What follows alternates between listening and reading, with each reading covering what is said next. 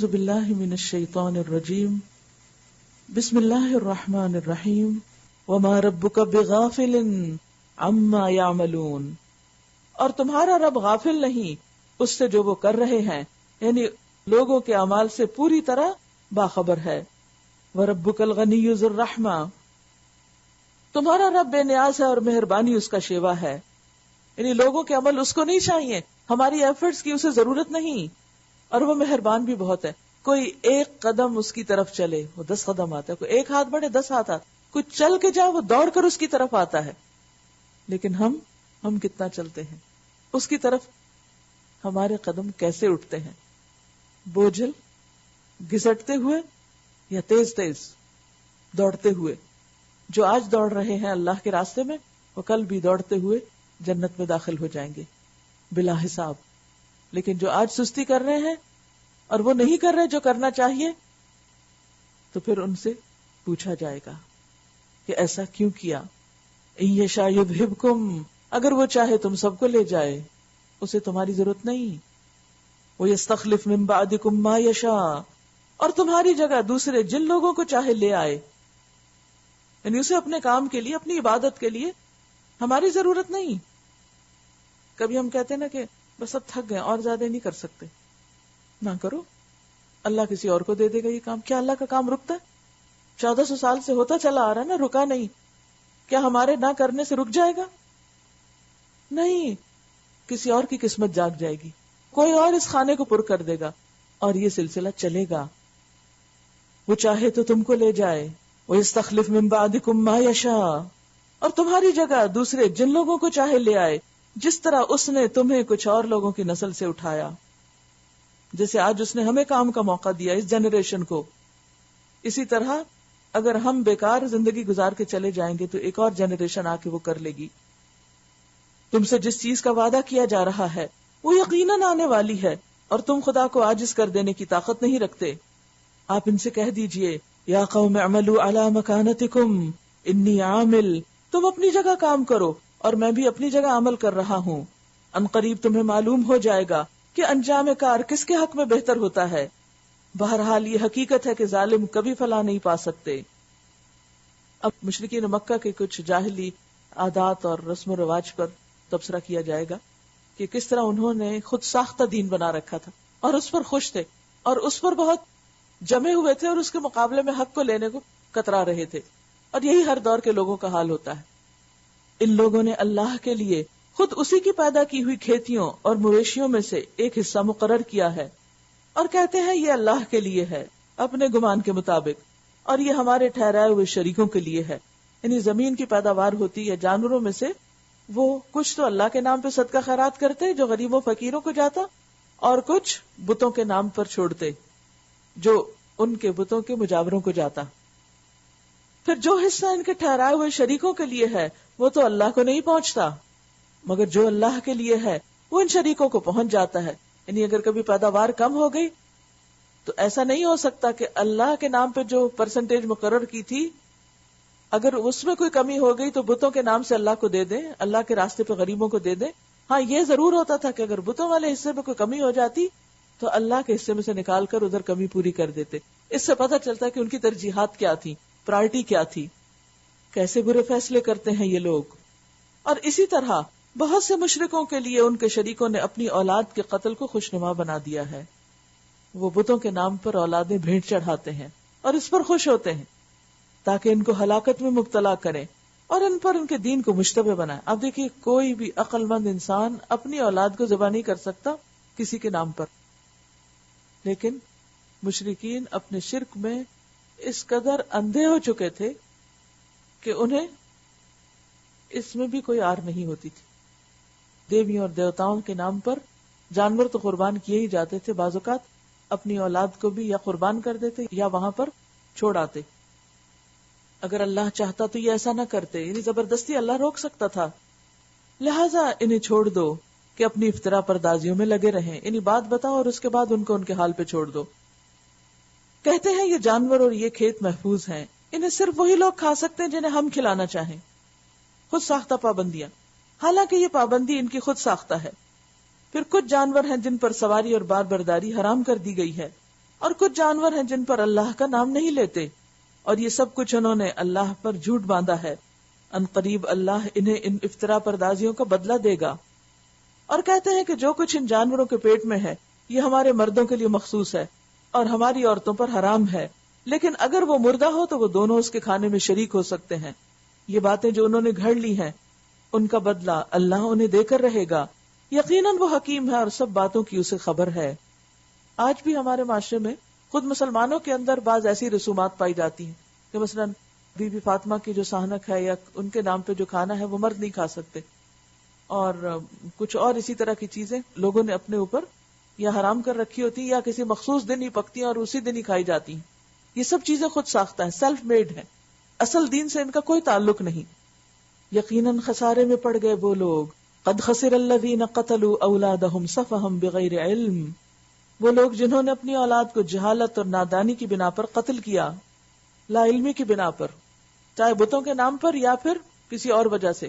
آج بھی آپ دیکھیے کہ بہت سے مہذب دنیا کے علاقوں میں جبکہ سائنس بہت ترقی کر چکی ہے، قتل اولاد کے نئے نئے طریقے ایجاد کر لیے گئے، اور بعض علاقوں میں تو باقاعدہ عورتوں کی تعداد میں کمی ہو چکی ہے کیونکہ وہاں پر لڑکی کی پیدائش کو مصیبت سمجھا جاتا ہے، اور قبل از وقت یہ معلوم کر لیا جاتا ہے کہ اگر فیٹس فیمیل ہے تو اس کو پیدا ہونے سے پہلے ہی ابارٹ کر دیا جائے۔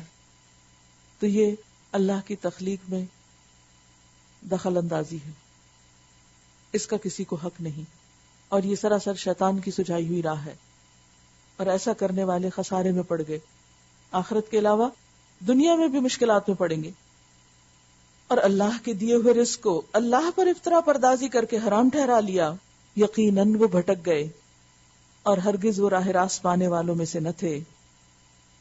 وَهُوَ الَّذِي أَنشَأَ جَنَّاتٍ مَعْرُوشَاتٍ وَغَيْرَ مَعْرُوشَاتٍ، وہ اللہ ہی ہے جس نے طرح طرح کے باغ اور تاکستان اور نخلستان پیدا کیے، کھیتیاں اگائیں جن سے قسم قسم کے معقولات حاصل ہوتے ہیں، زیتون اور انار کے درخت پیدا کیے جن کے پھل صورت میں مشابہ اور مزے میں مختلف ہوتے ہیں، کھاؤ ان کی پیداوار جبکہ یہ پھلیں، اور اللہ کا حق ادا کرو جب ان کی فصل کاٹو، اور حد سے نہ گزرو۔ یعنی اللہ نے جو کچھ تمہارے لیے پیدا کیا ہے وہ تمہارے فائدے کا ہے، اسے استعمال کر سکتے ہو، بس شرط کیا ہے کہ اس میں سے اللہ کے نام پر جو حصہ اللہ نے تمہارے لیے مقرر کیا اسے ادا کرتے رہو۔ تو بات یہ ہے کہ اللہ کا رزق کھانے سے منع نہیں کیا گیا، لیکن کس چیز کا حکم دیا گیا کہ نمبر 1 اس میں سے اللہ کا حق نکالو، یعنی جو اللہ کے نام پہ غریبوں فقیروں کو دیتے ہو۔ نمبر 2 حد سے نہ گزرو، ولا تسرفو، اسراف نہ کرو۔ اللہ حد سے گزرنے والوں کو پسند نہیں کرتا۔ پھر وہی ہے جس نے مویشیوں میں سے وہ جانور پیدا کیے جن سے سواری اور بار برداری کا کام لیا جاتا ہے، اور وہ بھی جو کھانے اور بچھانے کے کام آتے ہیں۔ کھاؤ ان چیزوں میں سے جو اللہ نے تمہیں بخشی ہیں، اور شیطان کی پیروی نہ کرو کہ وہ تمہارا کھلا دشمن ہے کہ خود سے ہی حلال چیزوں کو حرام کرنے لگو، ایسا نہ کرو۔ یہ 8 نر اور مادہ ہیں، 2 بھیڑ کی قسم سے اور 2 بکری کی قسم سے، یعنی میل فیمیل۔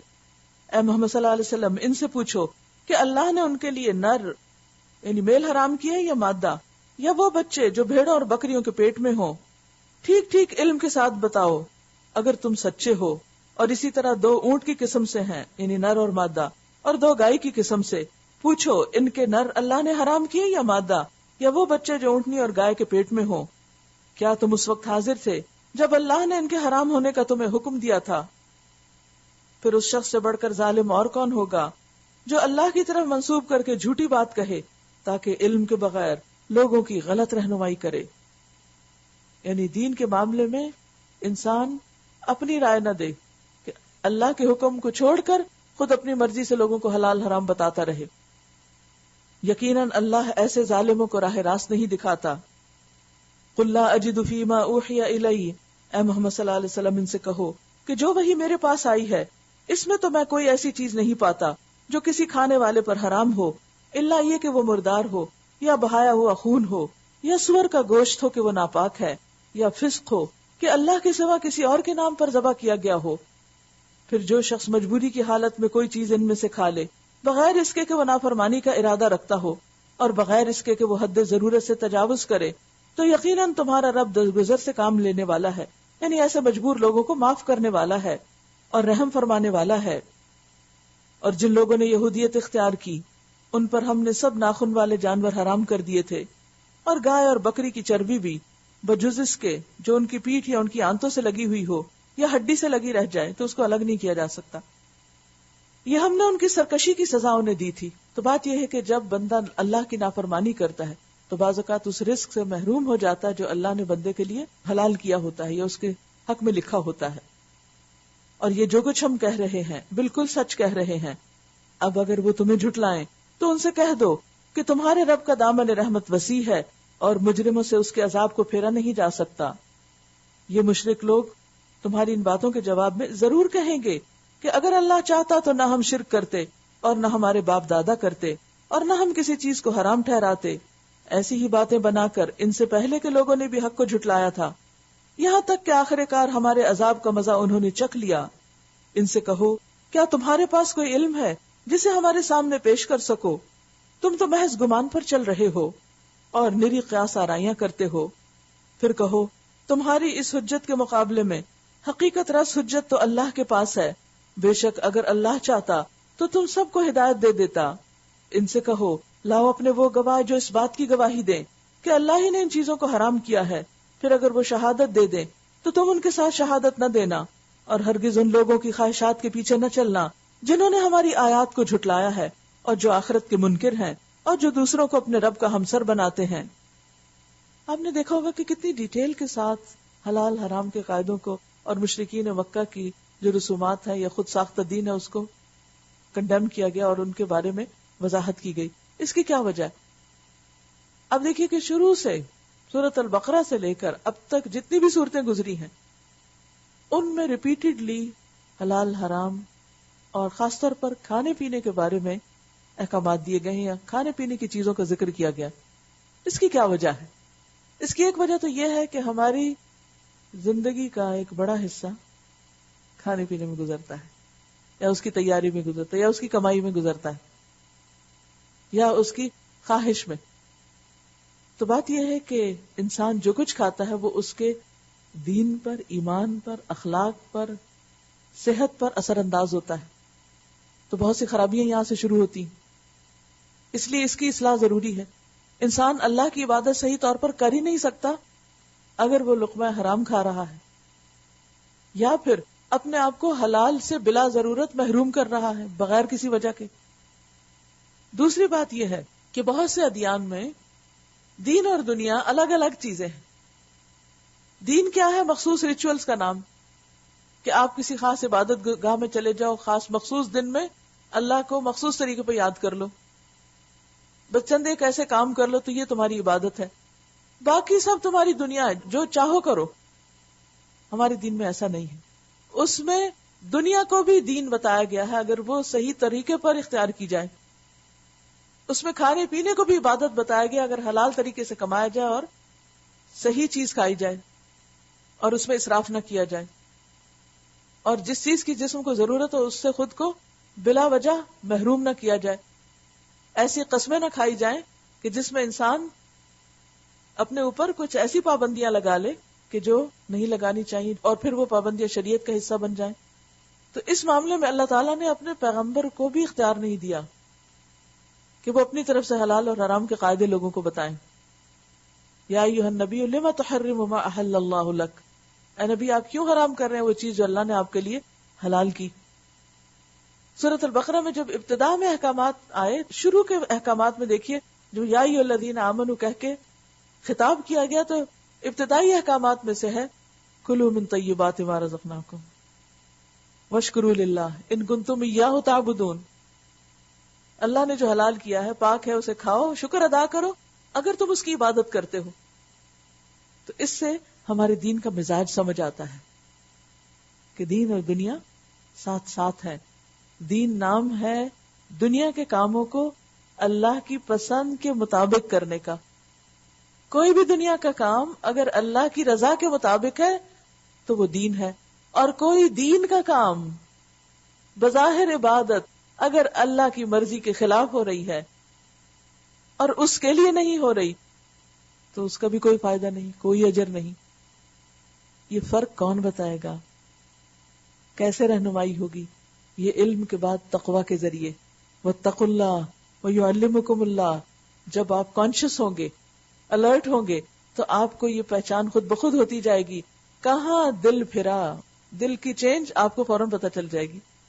کہاں نیت خراب ہوئی، کہاں مقصد گم ہوا، کہاں کیا کرنا چاہیے تھا اور نہیں کیا. قل تعالوا اتل ما حرم ربکم علیکم.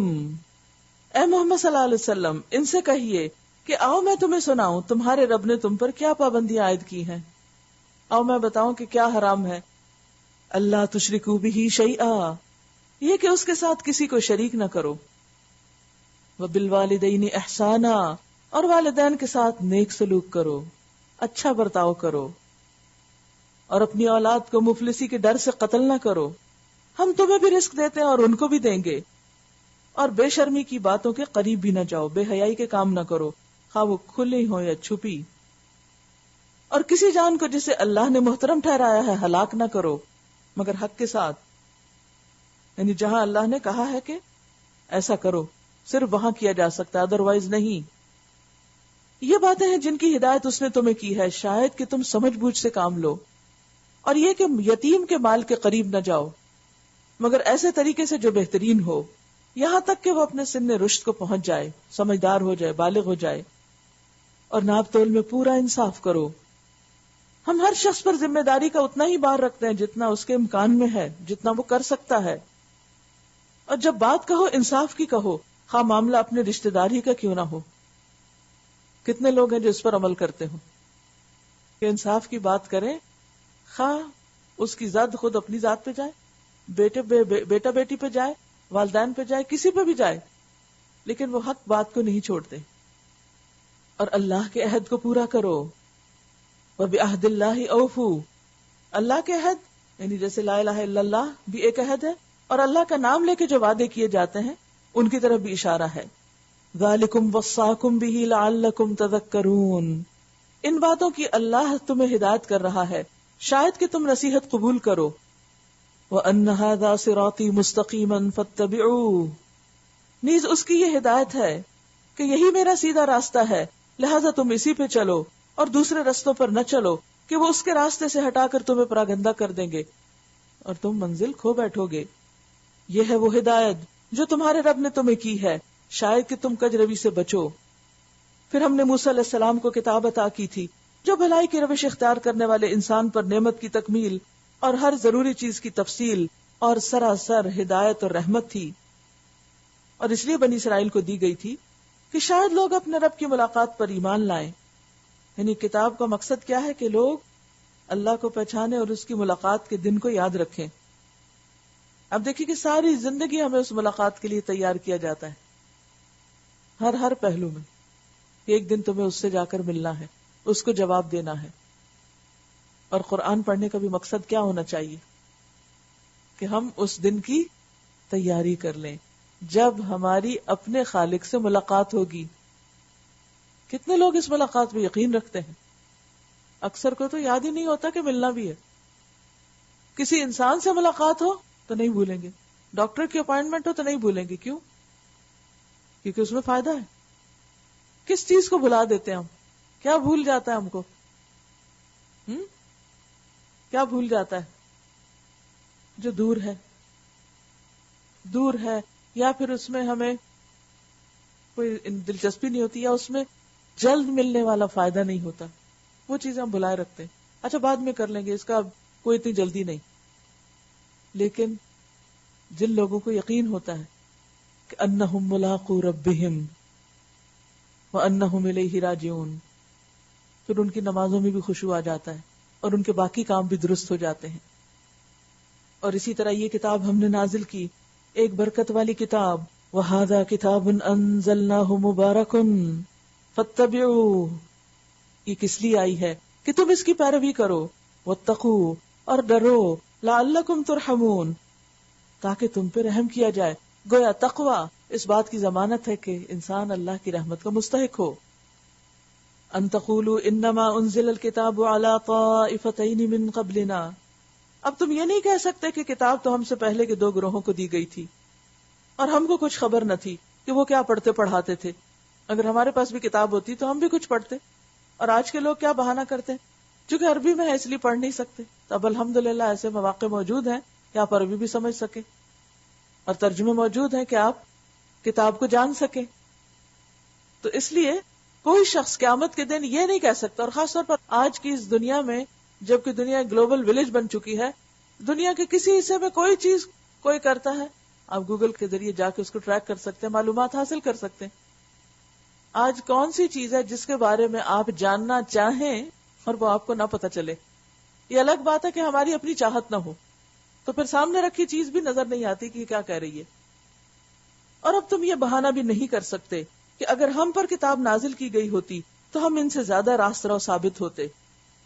تمہارے پاس تمہارے رب کی طرف سے ایک دلیل روشن اور ہدایت اور رحمت آ گئی ہے. اب اس سے بڑھ کر کون ظالم ہوگا جو اللہ کی آیات کو جھٹلائے اور ان سے منہ موڑے. جو لوگ ہماری آیات سے منہ موڑتے ہیں انہیں اس روگردانی کی پاداش میں ہم بدترین سزا دے کر رہیں گے. اب لوگ کیا اس بات کے منتظر ہیں کہ ان کے سامنے فرشتے آ کھڑے ہوں، یا تمہارا رب خود آ جائے، یا تمہارے رب کی بعض نشانیاں نمودار ہو جائیں؟ جس روز تمہارے رب کی بعض مخصوص نشانیاں نمودار ہو جائیں گی، پھر کسی ایسے شخص کو اس کا ایمان کچھ فائدہ نہ دے گا جو پہلے ایمان نہ لایا ہو، یا جس نے اپنے ایمان میں کوئی بھلائی نہ کمائی ہو، یعنی ایمان لا کر کوئی نیک کام نہ کیا ہو. تو جب موت کے فرشتے نظر آ جائیں گے تو اس وقت وہ چھوڑیں گے نہیں کہ اچھا اب تم جا کے چھٹے ہوئے کام کر کے آ جاؤ. اے محمد صلی اللہ علیہ وسلم ان سے کہہ دو کہ اچھا تم انتظار کرو، ہم بھی انتظار کرتے ہیں اس دن کا جن لوگوں نے اپنے دین کو ٹکڑے ٹکڑے کر دیا اور گروہ گروہ بن گئے، یقیناً ان سے تمہارا کچھ واسطہ نہیں. رسول اللہ کا دین کون سا ہے؟ وہ جس میں اختلافات اور فرقہ واریت نہ ہو، جس میں سب لوگ اللہ کی رسی کو مضبوط پکڑے ہوئے ہوں، سب مل کر. اچھا اختلاف کیسے ہوتا ہے؟ جب مرکز عقیدت بدلتا ہے، جب عقیدتوں کا مرکز پیغمبر کی بجائے کوئی شخصیت ہو جاتی ہے تو پھر پیغمبر کی سیرت سنت پیچھے چلی جاتی ہے اور شخصیت کے اقوال اور فتوے آگے آ جاتے ہیں. اور یہی حال پھر ہر ایک کا ہوتا ہے، ہر ایک پھر اپنے اپنے گروہ میں خوش ہو رہا ہوتا ہے. بما لدیہم فرحون، ہر ایک جو اس کو ملا، جو اس کو پسند آیا وہ اس کو اچھا لگا. تو اس سے بھی ہوشیار رہنا چاہیے اور اپنے آپ سے پوچھتے رہا کریں کہ میری چوائس کیا ہے. جب بھی مجھے کوئی کام کرنا ہوتا ہے میں یہ دیکھتی ہوں کہ اللہ کے رسول صلی اللہ علیہ وسلم نے کیا فرمایا، یا میں یہ دیکھتی ہوں کہ فلاں عالم کیا کہتا ہے، فلاں بزرگ کیا کہتے ہیں، فلاں کی رائے کیا ہے، کون سی چیز میری پرائرٹی ہے. کیونکہ جب ہم بزرگوں کی رائے پہ چلتے ہیں تو پھر ہر ایک کے بزرگ اپنے اپنے ہیں، ہر ایک اپنے بزرگوں کے پیچھے جا رہا ہے. اب نتیجہ کیا ہوگا؟ خود بخود گروہ بندیاں ہو جائیں گی، دھڑے بندیاں ہو جائیں گی. جب سب کا قبلہ ایک ہوگا تو آپ دنیا کے کسی بھی حصے میں ہیں، نماز کا وقت ہے آپ اسی کی طرف منہ کر رہے ہیں تو آپ کے اندر خود بخود ایک اجتماعیت اور اتحاد آ جائے گا. تو جب بھی کسی کا سینٹر آف انٹرسٹ چینج ہوتا ہے، اس کا قبلہ بدلتا ہے، چاہے دنیا کا معاملہ یا دین کا معاملہ، مرکز محبت تبدیل ہو جاتا ہے جب، تو پھر اختلاف شروع ہو جاتا ہے، راہیں الگ ہو جاتی ہیں. جب تک لوگ حقیقی معنوں میں سچے طور پر اللہ سے محبت رکھتے ہیں تو وہ آپس میں بھی ضرور محبت رکھتے ہیں، یہ اس کا عملی نتیجہ ہوتا ہے. لیکن جب ان کی توجہ کسی اور چیز کی طرف ہو جاتی تو پھر ان کو وہاں اس چاہت کے لوگوں کے ساتھ چاہت ہوتی ہے تو خود بخود انسان گروہوں میں بڑھ جاتے ہیں. مثلا آپ نے دیکھا ہوگا آپ کسی بڑی پارٹی پر جائیں تو یہ نہیں ہوتا کہ سارے لوگ ایک ہی طرف بیٹھے ہوں لائنیں بنا کے، لوگ گروہوں میں بیٹھے ہوتے ہیں. جب آپ انٹر ہوتے ہیں کہاں جاتے ہیں؟ سب دیکھ کر کہاں جا کے پہنچتے ہیں؟ کہاں بیٹھتے ہیں؟ جا کر جہاں آپ کے پسند کے لوگ، آپ جن کو چاہتے ہیں، جن کے ساتھ آپ کا کچھ کامن انٹرسٹ ہوتا ہے، وہ آپ کو مل جاتے ہیں. وہ ایک بھی مل جائے تو وہ کافی ہو جاتا ہے. لیکن جب انٹرسٹ فرق ہو جاتا ہے تو پھر مجلسیں بھی فرق ہو جاتی ہیں، پھر دوستیاں بھی فرق ہو جاتی. یہ ہو نہیں سکتا کہ دو اپوزٹ ڈائریکشن پہ چلنے والے ایک دوسرے کے دوست اور ساتھی اور مددگار ہوں. لہٰذا جب ہم دین کے معاملے میں کسی سے مشورہ کریں تو ایسے لوگوں سے کریں جن کے انٹرسٹ ایک طرح کے ہوں، کیونکہ کلیش آف انٹرسٹ جو ہوتا ہے وہ انسان کو کنفیوز کر دیتا ہے اور پھر آپ وہ نہیں کر سکتے جو آپ کو کرنا چاہیے. تو جو لوگ دین کے معاملے میں اپنا قبلہ بدل لیں، اپنا مرکز عقیدت تبدیل کر لیں، اللہ اور اس کے رسول کو پرائرٹی دینے کی بجائے شخصیتوں اور انسانوں کو دینے لگیں، تو پھر وہ اس اصل دین پہ قائم نہیں رہتے، پھر وہ فرقہ واریت میں پڑ جاتے ہیں. فرمایا ایسے لوگوں سے تمہارا کچھ واسطہ نہیں، ان کا معاملہ تو اللہ کے سپرد ہے، وہی ان کو بتائے گا کہ انہوں نے کیا کچھ کیا ہے. جو اللہ کے حضور نیکی لے کر آئے گا، من جاء بالحسنۃ فلہ عشر امثالھا، اس کے لیے 10 گنا اجر ہے، اور جو بدی لے کر آئے گا اس کو اتنا ہی بدلہ دیا جائے گا جتنا اس نے قصور کیا. یہ اللہ کی رحمت کہ نیکی، ہر نیکی ملٹی پلائی بائی 10، اور ہر برائی ایز از، اور کسی پر ظلم نہ کیا جائے گا. اے محمد صلی اللہ علیہ وسلم کہو میرے رب نے بالیقین مجھے سیدھا راستہ دکھا دیا ہے. قل اننی ہدانی ربی الی صراط مستقیم، بالکل ٹھیک دین جس میں کوئی ٹیڑھ نہیں، ابراہیم کا طریقہ جسے یکسو ہو کر اس نے اختیار کیا تھا، اور ابراہیم مشرکوں میں سے نہ تھا. اور وہ طریقہ کیا تھا؟ توحید کا طریقہ، توحید عقیدے میں بھی اور اتحاد عمل میں بھی. پیچھے آپ پڑھ چکے ہیں کہ ابراہیم علیہ السلام کے بارے میں اللہ تعالیٰ نے فرمایا ما کان ابراہیم یہودیا ولا نصرانیا، ابراہیم نہ یہودی تھے نہ نصرانی تھے، وہ کیا تھے؟ ولکن کان حنیفا مسلما، یکسو مسلمان تھے. یہ فرقہ واریت تو بعد کی پیداوار ہے، جب لوگوں کے سامنے دین کی روح نہ رہی اور دین صرف ظاہری شکل رہ گیا، پھر انہوں نے اپنی اپنی راہیں الگ کر لی. قل ان صلاتی ونسکی ومحیای ومماتی للہ رب العالمین، کہو میری نماز اور میری قربانی، میرا جینا اور میرا مرنا سب کچھ اللہ رب العالمین کے لیے ہے. تو خالص توحید کیا ہے؟ جس میں ہر کام، ہر عبادت صرف اللہ کے لیے کی جائے، جس میں مرکز عقیدت اور مرکز محبت صرف ایک وہ ہو، اللہ. تو جتنے بھی لوگ ایسے ہوں گے وہ خود بخود آپ کے ساتھی بن جائیں گے، کیونکہ انہیں کسی اور چیز سے نہیں، سب سے بڑھ کر اللہ کی ذات سے دلچسپی ہے. لا شریک لہ، جس کا کوئی شریک نہیں، وبذالک امرت، اسی کا مجھے حکم دیا گیا، وانا اول المسلمین، اور میں سب سے پہلا مسلمان ہوں، میں فرما بردار ہوں. تو آپ دیکھیے ابراہیم علیہ السلام کا نام کیا تھا؟ مسلم. ان کی صفت کیا تھی؟ ان کا دین کیا تھا؟ وہ کون تھے؟ مسلم. نبی صلی اللہ علیہ وسلم سے کیا کہا جا رہا ہے کہ آپ کیا کہیے؟ انا اول المسلمین، میں بھی کون ہوں؟ مسلم. ہمیں بھی کیا ہونا چاہیے؟ مسلم. لیکن آج لوگ صرف مسلم کہلا کے راضی نہیں، کچھ نہ کچھ تو اور ہونا ہی چاہیے. جیسے کھانے کے اوپر کچھ نہ کچھ تو ٹاپنگ ہونی چاہیے. تو دین کو بھی اپنی پسند کا بنانے کے لیے اپنی مرضی کی چیزیں اس پہ ڈال دیتے ہیں. قل اغیر اللہ ابغی ربا، کیا میں اللہ کو چھوڑ کے کسی اور رب کو تلاش کروں؟ وہو رب کل شیء، حالانکہ وہی ہر چیز کا رب ہے. ہر شخص جو کچھ کماتا ہے اس کا ذمہ دار وہ خود ہے، کوئی بوجھ اٹھانے والا دوسرے کا بوجھ نہیں اٹھاتا. عام طور پر انسان اللہ کو چھوڑ کے، سنت کو چھوڑ کے دوسرے رستوں پہ کیوں جاتا ہے؟ یا تو دوستوں کی وجہ سے، یا رشتہ داروں کی وجہ سے، یا کچھ اور دلچسپیوں کی وجہ سے.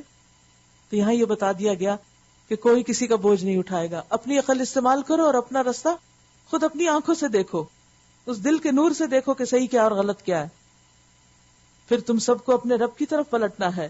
اس وقت وہ تمہارے اختلافات کی حقیقت تم پر کھول دے گا. وہی ہے جس نے تم کو زمین کا خلیفہ بنایا اور تم میں سے بعض کو بعض کے مقابلے میں زیادہ بلند درجے دیے.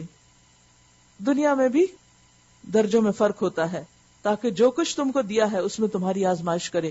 یہ درجے اس لیے بلند نہیں دیے کہ انسان تکبر کا شکار ہو جائے، یہ کس لیے ہے کہ انسان کا امتحان لیا جائے. کسی کو دے کر اللہ تعالیٰ امتحان لیتا ہے، علم یا مال یا شکل و صورت یا کچھ بھی، اور کسی کو نہ دے کر یا کم دے کر. ہمارے پاس جو کچھ ہے، جتنا ہے، وہ سب امتحان کے لیے ہے. اسی کے بقدر ہمارا حساب ہوگا، اسی کے مطابق پوچھا جائے گا کہ تم نے یہ نعمتیں پا کر کیا کیا. یہ اس لیے نہیں کہ ہم اپنے آپ کو دوسروں سے بڑا ثابت کرنے میں لگ جائیں. بے شک تمہارا رب سزا دینے میں بھی بہت تیز ہے. ان ربک سریع العقاب وانہ لغفور الرحیم، اور بے شک وہ البتہ غفور الرحیم بھی ہے. سورۃ الاعراف. شروع کرتی ہوں اللہ کے نام سے جو بے انتہا مہربان نہایت رحم فرمانے والا ہے. الف لام میم صاد. یہ ایک کتاب ہے. کون سی؟ قرآن، جو آپ کے سامنے ہے، جو تمہاری طرف نازل کی گئی ہے. بس اے محمد صلی اللہ علیہ وسلم، تمہارے دل میں اس سے کوئی جھجک نہ ہو. اس کے اتارنے کی غرض یہ ہے کہ تم اس کے ذریعے سے منکرین کو ڈراؤ اور ایمان لانے والے لوگوں کو یاد دہانی ہو.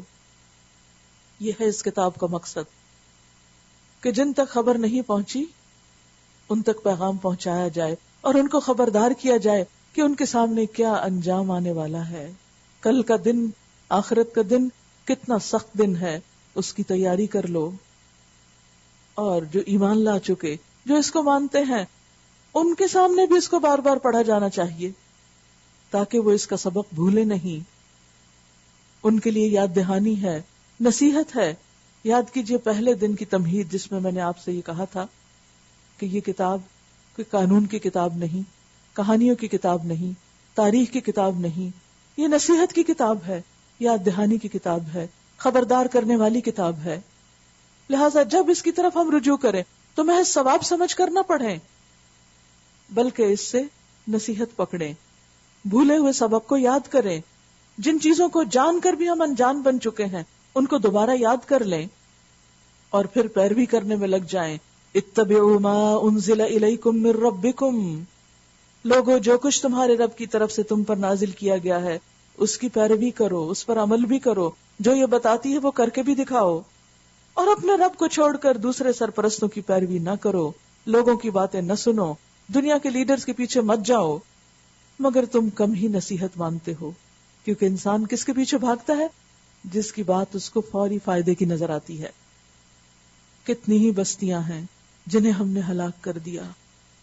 سوچئے، غور کیجئے پوری تاریخ کو، آج کے دن تک کتنی ہی قومیں آئیں اور صفحہ ہستی سے مٹ گئیں. کتنے ہی علاقے، کتنے ہی شہر صفحہ ہستی سے مٹ گئے، وائپ آؤٹ ہو گئے، ختم ہو گئے. ان پر ہمارا عذاب اچانک رات کے وقت ٹوٹ پڑا جب وہ سو رہے تھے، غافل تھے، یا دن دہاڑے ایسے وقت آیا جب وہ آرام کر رہے تھے، یعنی وہ غفلت کا وقت تھا. غفلت کے وقت کیوں عذاب آیا؟ کیونکہ وہ تو جاگتے ہوئے بھی سو رہے تھے، وہ تو غفلت کی زندگی گزار ہی رہے تھے. لہذا جب وہ بالکل بے خبر ہو گئے تو اللہ نے اچانک ان کو پکڑا، اور جب ہمارا عذاب ان پر آ گیا، مصیبت سر پہ آ کھڑی ہوئی، تو ان کی زبان پر اس کے سوا کوئی صدا نہ تھی کہ واقعی ہم ظالم تھے، قصور ہمارا تھا، غلطی ہماری تھی. لیکن آج ہم لوگ جن کو مہلت ملی ہوئی ہے اور جن کو امن نصیب ہے، جن کے پاس کام کے لیے وقت ہے، عبادت کے لیے وقت ہے، وہ کیوں اس میں سستی کر رہے ہیں؟ وہ کس بات کے انتظار میں ہیں؟ بس یہ ضرور ہو کر رہنا ہے کہ ہم ان لوگوں سے باس پرس کریں گے، ان کو پوچھیں گے جن کی طرف ہم نے پیغمبر بھیجے ہیں، اور پیغمبروں سے بھی پوچھیں گے کہ انہوں نے پیغام کتنا پہنچایا، کیسے پہنچایا. پھر ہم خود پورے علم کے ساتھ ساری سرگزشت ان کے آگے پیش کر دیں گے. آخر ہم کہیں غائب تو نہ تھے، ہم بھی دیکھ رہے تھے لوگ کیا کر رہے ہیں. اور وزن اس روز عین حق ہوگا، یعنی جو ہم کر رہے ہیں اس کو تولا جائے گا، اس کو دیکھا جائے گا. دنیا میں تو آپ امتحان دیتے ہیں، پرچہ دے کر آئے، ایگزامینر نے کچھ پڑھا، کچھ نہیں پڑھا، کچھ پڑھ کے نمبر لگائے، کچھ ان پڑھ، کچھ دیکھ کے اندازہ کر کے. بعض اوقات آپ ہوم ورک کر کے لاتے ہیں، کوئی دیکھتا نہیں، پوری طرح پڑھتا نہیں، صحیح ایویلویٹ نہیں کرتا. لیکن اللہ کے ہاں ہر چیز کو جانچا جائے گا، پرکھا جائے گا. صرف ظاہری اعمال ہی نہیں، وَحُصِّلَ مَا فِي الصُّدُورِ، جو سینوں میں ہے اس کو بھی نکال کے سامنے رکھ دیا جائے گا کہ تمہاری نیت، ارادے اور سوچیں کیا تھی. وَالْوَزْنُ يَوْمَئِذٍ الْحَقُّ، اور جن کے پلڑے بھاری ہوں گے وہی فلاح پائیں گے، یعنی جن کے نیک اعمال زیادہ ہوں گے وہ کامیاب ہوں گے، اور جن کے پلڑے ہلکے رہیں گے وہی اپنے آپ کو خسارے میں مبتلا کرنے والے ہوں گے، کیونکہ وہ ہماری آیات کے ساتھ ظالمانہ برتاؤ کرتے رہے. کہ انہوں نے آیات کو یا تو پڑھا ہی نہیں، یہ بھی ظلم ہے، یا پڑھا تو سمجھ کے نہیں پڑھا، یہ بھی زیادتی ہے. دنیا کی کسی کتاب کے ساتھ ہم یہ زیادتی نہیں کرتے کہ اسے پڑھیں اور سمجھیں نہیں. اور کچھ نے سمجھ بھی لیا اور سمجھ کے پھر اپنی مرضی کرتے رہے، وہ نہیں کیا جو یہ کتاب کہتی ہے. ہم نے تمہیں زمین میں اختیارات کے ساتھ بسایا اور تمہارے لیے یہاں زندگی کا سامان فراہم کیا، مگر تم لوگ کم ہی شکر گزار ہوتے ہو. اللہ کا دیا ہوا رزق کھاتے ہو، اس کی زمین پہ چلتے ہو، لیکن اسی کی نافرمانی کرتے ہو، اسی کے لیے تمہارے پاس وقت نہیں. وَلَقَدْ خَلَقْنَاكُمْ ثُمَّ صَوَّرْنَاكُمْ ثُمَّ قُلْنَا لِلْمَلَائِكَةِ اسْجُدُوا لِآدَمَ. ہم نے تمہاری تخلیق کی ابتدا کی، ہم نے پیدا کیا تھا تم کو، پھر تمہاری صورت بنائی. کتنی خوبصورت شکل انسان کو اللہ نے دی. پھر فرشتوں سے کہا کہ آدم کو سجدہ کرو. کیسی عزت بخشی. ان سارے انعامات اور ان ساری نعمتوں کو پا کر بھی پھر انسان کس قدر ناشکرا ہے. اللہ چاہتا تو ہم کو بندر بنا دیتا، چمپینزی بنا دیتا، کچھ اور شکل دے دیتا، لیکن اس احسن الخالقین نے ہمیں احسن تقویم میں بہترین حالت میں پیدا کیا. لیکن کم ہی شکر گزار ہوتے ہیں، پھر بھی اپنی شکل پر راضی نہیں، کوئی نہ کوئی کیڑے نکالتے ہی رہتے ہیں، ناراض ہی رہتے ہیں. تو یہاں پر اب ایک واقعہ بیان ہو رہا ہے انسان کی تخلیق کے آغاز میں کیا ہوا تھا کہ جب انسان کو اللہ نے پیدا کیا اور اپنی عبادت کے لیے پیدا کیا، تو پھر اس کے پہلے ٹیسٹ میں جب آدم کو فرشتوں نے سجدہ کر لیا تو اس کے ساتھ کس طرح کا حسد ہوا، اور پھر اس حسد کی بنا پر انسان کے ساتھ کیا سلوک ہوا، تاکہ انسان دنیا میں ہوشیار رہ کر کانشیس ہو کر زندگی بسر کرے. اللہ تعالیٰ نے فرشتوں کو حکم دیا کہ آدم کو سجدہ کرو، فسجدوا، تو سب فرشتوں نے سجدہ کیا، سب جھک گئے، مگر ابلیس سجدہ کرنے والوں میں شامل نہ ہوا. پوچھا یعنی اللہ تعالیٰ نے، تجھے کس چیز نے سجدہ کرنے سے روکا جبکہ میں نے تجھ کو حکم دیا تھا کہ تم سجدہ کرو؟ بولا میں اس سے بہتر ہوں. کس سے؟ انسان سے. تو نے مجھے آگ سے پیدا کیا اور اسے مٹی سے. لاجک دے رہا ہے، ریزننگ کر رہا ہے.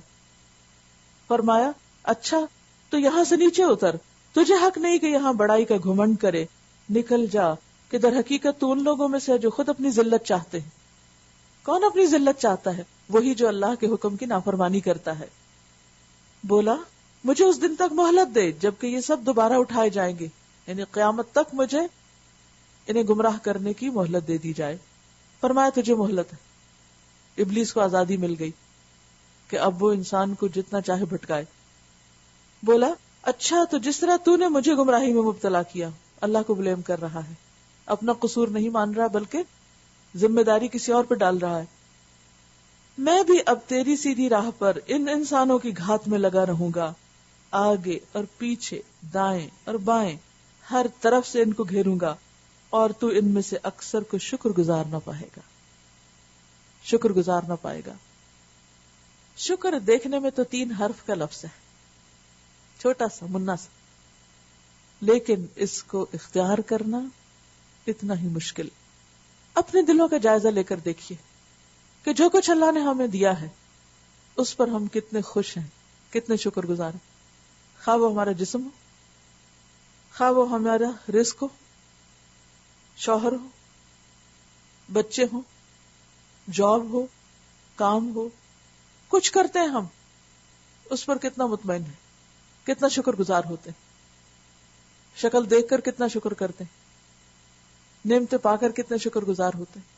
اور جو اللہ نے دین دیا ہے، ہدایت دی ہے، قرآن کی نعمت دی ہے، اس پر کتنے شکر گزار ہیں. ہم سب کو سوچنا چاہیے، کیونکہ ناشکرا ہونا شیطان کے وار کا شکار ہونا ہے. جو شخص نعمت پا کر شکر گزار نہیں ہوتا، اس پہ راضی نہیں ہوتا، خوش نہیں ہوتا، کیونکہ شکر 3 طرح سے ادا ہوتا ہے. دل سے، کہ دل میں جذبات ہوں اللہ کے لیے، خوشی کے، محبت کے.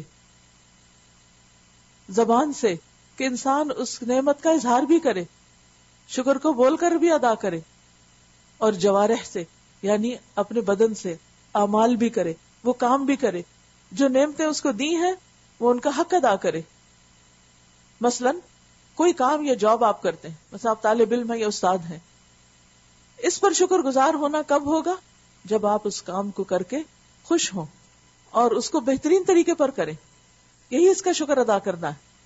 صرف یہ نہیں کہ زبانی ہم کہتے رہے شکر ہے ہم ایک اچھے ماحول میں، شکر ہے ہم اچھا کام کر رہے ہیں، شکر ہے قرآن پڑھ رہے ہیں. نہیں، پھر اپنے عمل سے ثبوت دیں کہ واقعی ہم شکر گزار ہیں.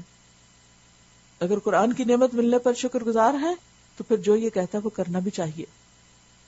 لیکن اگر کوئی انسان صحیح طور پر شکر ادا نہیں کرتا تو پھر یہ خطرے کی گھنٹی، خطرے کی علامت ہے کہ کہیں نہ کہیں شیطان اپنا کام کر رہا ہے. تو جب اس نے یہ کیا تو اللہ سبحانہ وتعالی اس سے ناراض ہوا، فرمایا نکل جا یہاں سے ذلیل اور ٹھکرایا ہوا، یقین رکھ کے اس میں سے جو تیری پیروی کریں گے، یعنی ان انسانوں میں سے جو تیرے پیچھے چلیں گے، یعنی ناشکرے بنیں گے، تجھ سمیت ان سب سے جہنم کو بھر دوں گا. اور اے آدم تو اور تیری بیوی دونوں اس جنت میں رہو جہاں جس چیز کو تمہارا جی چاہے کھاؤ، مگر اس درخت کے پاس نہ پھٹکنا ورنہ ظالموں میں سے ہو جاؤ گے.